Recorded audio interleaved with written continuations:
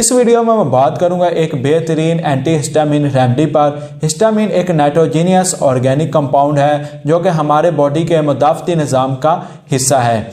यह तब एक्शन में आता है जब कोई आउटसाइड एलर्जन हमारी बॉडी में एक्ट करता है तो ये उसके रिएक्शन में एक्टिवेट होता है। जैसा कि पोलन या खाने की कुछ चीज़ें, जानवरों के फार्म में मौजूद छोटे कीड़े या किसी चीज़ के काटने या डंग मारने से ये एलर्जिक रिएक्शन पैदा हो सकते हैं। ये एलर्जन ज़्यादातर हवा से जिस्म में दाखिल होते हैं और कभी कभार हमारी बॉडी ओवर रिस्पॉन्स करती है और हमारा जो इम्यून सिस्टम है वो हाइपर एक्टिवेट हो जाता है। इसके रिस्पॉन्स में हमारी बॉडी अनकंफर्टेबल सिम्टम्स जाहिर करती है। नाक बहने लगती है, आंखों में खारिश होती है।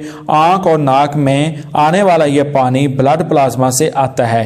इसमें कुछ प्रोटीन्स और एंटीबॉडीज़ होती हैं जो कि बॉडी के इन्फेक्टेड एरिया में जाके जरासीमों से लड़ती है। एक जंग की सी सूरत हाल पैदा हुई होती है जिसके नतीजे में डैमेज होता है और वो डैमेज हमें सिम्टम्स की सूरत में नज़र आता है, जैसा कि skin rashes, dermatitis, skin infection, skin red हो जाती है। क्योंकि बॉडी में इतना कुछ चल रहा होता है तो इंसान थकने भी लग जाता है। वीजिंग होती है, जब वो सांस लेता है तो फेफड़ों से आवाज़ आती है और उसका सांस फूलने लग जाता है।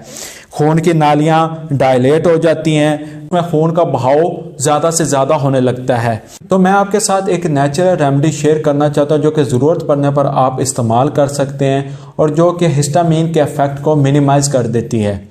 इसमें जो प्रोडक्ट है वो है क्विरसेटिन, जो कि एक प्लांट के एक्सट्रैक्ट से हासिल किया जाता है और ये प्लांट बेस्ड एंटीऑक्सीडेंट है जो इन सेल्स के एक्शन को रोकता है जो कि हिस्टामिन बनाते हैं। ये सेल्स बॉडी के टिश्यूज़ में मौजूद होते हैं जिनको मास्ट सेल्स कहते हैं। असल में मास्ट सेल्स बॉडी के मुदाफ़ती निज़ाम का हिस्सा है और जो हिस्टामिन केमिकल है जो कि एलर्जिक रिएक्शन करता है मास्ट सेल में स्टोर होते हैं।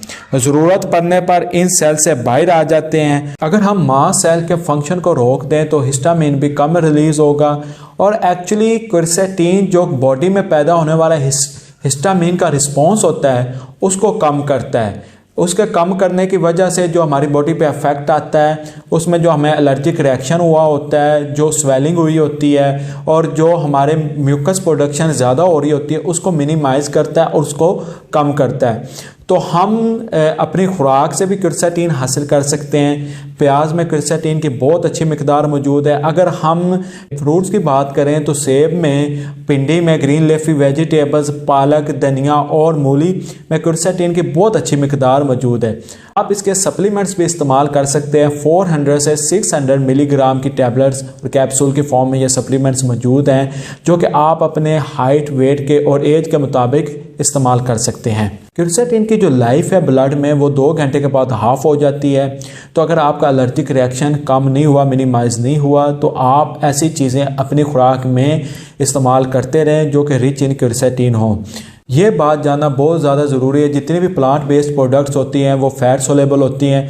अगर आप कोई सप्लीमेंट ले रहे हैं, क्विरसेटिन सप्लीमेंट का इस्तेमाल कर रहे हैं तो उसे मलाई वाले दूध के साथ इस्तेमाल करें क्योंकि उससे इसकी ऑब्जॉर्प्शन फास्ट होती है, तेज़ होती है। अगर आप इसको डाइट के थ्रू मेंटेन करना चाहते हैं आप यखनी वगैरह भी बना सकते हैं और इसमें आप यखनी के बाद उसमें प्याज डाल लें या इसमें पालक वगैरह भी डाल सकते हैं जो कि रिच इन क्विरसेटिन होती है। और आप पीनट बटर और एप्पल का कॉम्बिनेशन भी इस्तेमाल कर सकते हैं क्योंकि apple is a rich source of quercetin जो कि आपके एलर्जिक रिएक्शन को मिनिमाइज करने में बहुत अहम रोल प्ले कर रहा है। एलर्जिक रिएक्शन ज़्यादा है, सीवियर है, तो आप विटामिन डी 2000 IUS का इस्तेमाल करें और आप जिंक 50 मिलीग्राम सप्लीमेंट का भी इस्तेमाल कर सकते हैं। और आप ये डाइट के थ्रू भी अपनी जिंक और विटामिन डी की डेफिशिएंसी है उसको पूरा कर सकते हैं। बीफ, अंडों और दूध में बहुत ज़्यादा मिकदार में विटामिन डी और जिंक पाया जाता है। अपना बहुत सारा ख्याल रखिएगा। अल्लाह हाफिज़।